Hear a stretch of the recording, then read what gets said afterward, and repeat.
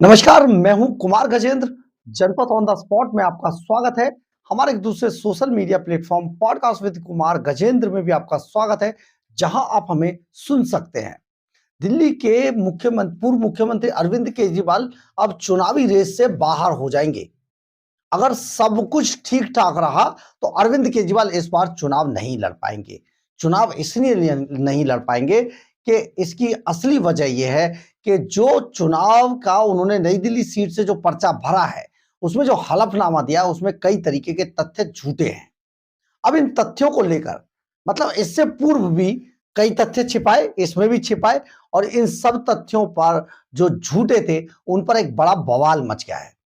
दरअसल नई दिल्ली से कई लोगों ने, कुछ लोगों ने, खास तौर पे जो प्रवेश वर्मा के प्रतिनिधि हैं, उन्होंने इस पर सवाल खड़े किए हैं और चुनाव आयोग को इसकी एक लिखित में शिकायत दी है। चुनाव आयोग ने बाकायदा रिटर्निंग ऑफिसर ने इस शिकायत को ले लिया है और रख लिया है, इस पर जांच करने की बात कही है। अगर सब कुछ ठीक रहा तो अरविंद केजरीवाल चुनावी दौर से बाहर हो जाएंगे।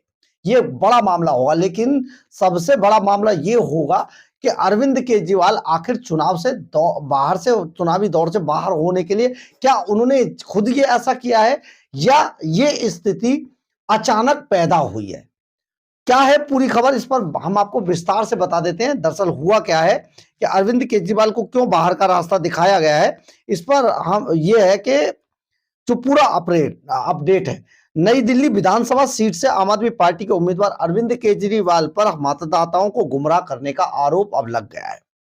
इसमें आम आदमी पार्टी के राष्ट्रीय संयोजक अरविंद केजरीवाल बहुत बड़ी मुश्किल में घिरते हुए दिखाई दे रहे हैं। बीजेपी नेता प्रवेश वर्मा के प्रतिनिधि का दावा है कि नई दिल्ली सीट से अरविंद केजरीवाल के नामांकन को फिलहाल होल्ड कर दिया गया है। उन्होंने अरविंद केजरीवाल को उत्तर प्रदेश का वोटर बताते हुए उनके नॉमिनेशन में आय समेत अन्य चीजें छिपाने का आरोप लगाया है। उन्होंने कहा कि अरविंद केजरीवाल वोटरों को गुमराह भी कर रहे हैं, ये पूरा आरोप है। और न्यूज एजेंसी को जो उन्होंने ये पूरा इंटरव्यू दिया है, उसमें बताया कि जो एडवोकेट साकेत गुप्ता ने खुद को नई दिल्ली से भाजपा उम्मीदवार प्रवेश वर्मा का प्रतिनिधि बताते हुए कहा कि हमने यहां से अरविंद केजरीवाल के नामांकन पर आपत्ति दायर की है। उन्होंने बताया कि जो रिटर्निंग ऑफिसर है, आरओ, उसके सामने आपत्ति रखी गई है, जिसके मुताबिक अरविंद केजरीवाल ने 2019-2020 में अपनी आय 1,57,823 रुपए दिखाई थी, जो मासिक 13,152 लाख रुपए है। यह पूरी तरह से गलत है और सरासर झूठ है। विधानसभा के दस्तावेजों के अनुसार हर मुख्यमंत्री को हर रोज 20,000 रुपए वेतन के साथ साथ 1,000 रुपए का दैनिक भत्ता भी मिलता है। उन्होंने जो जानकारी दी वे यह न्यूनतम वेतन अधिनियम का भी उल्लंघन है।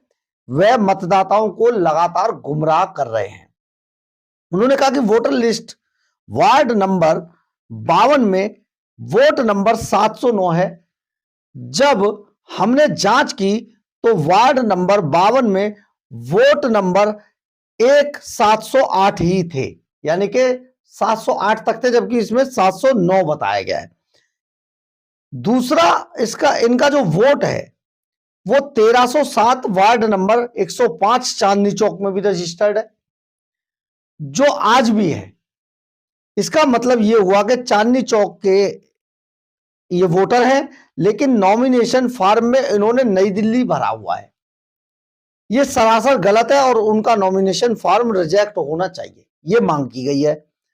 उन्होंने बताया कि इसके अलावा अरविंद केजरीवाल का वोट गाजियाबाद के कौशाम्बी में वार्ड संख्या 72 मतदाता संख्या 991 में भी दर्ज है। अब आप देखिए, नई दिल्ली में भर दिया, चांदनी चौक में भी है और कौशाम्बी में भी है, उत्तर प्रदेश के अंदर। मतलब दिल्ली में 2 जगह हो गया और कौशाम्बी उत्तर प्रदेश में भी पहुंच गया, गाजियाबाद कौशाम्बी में।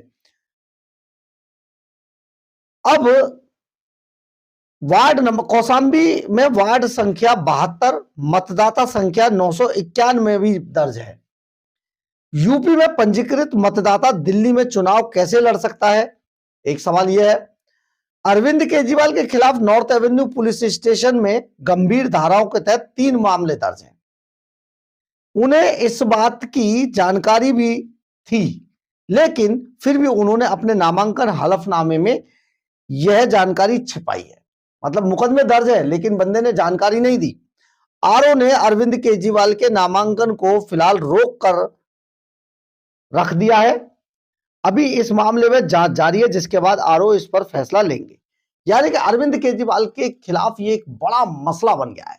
लेकिन सबसे बड़ी बात यह है कि बड़े एक्सपीरियंस्ड अरविंद केजरीवाल चौथा चुनाव लड़ रहे हैं इस बार, और खुद अपने आप को बहुत पढ़ा लिखा आदमी बताते हैं। तो आखिर ये चूक हुई कैसे?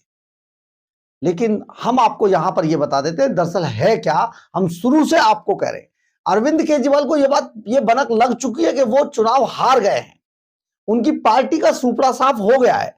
तो डायरेक्ट ना करके अरविंद केजरीवाल ने जानबूझ के ये सारे लकूना छोड़े हैं।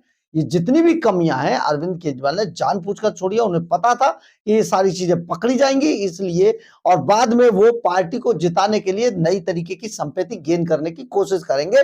भाजपा और प्रधानमंत्री नरेंद्र मोदी पर भर भर कर आरोप लगाएंगे, और इसी में उन्हें संपत्ति मिलेगी कि देखो जी, उसको तो केजरीवाल को लड़ने नहीं दे रहे, कितने ईमानदार आदमी है।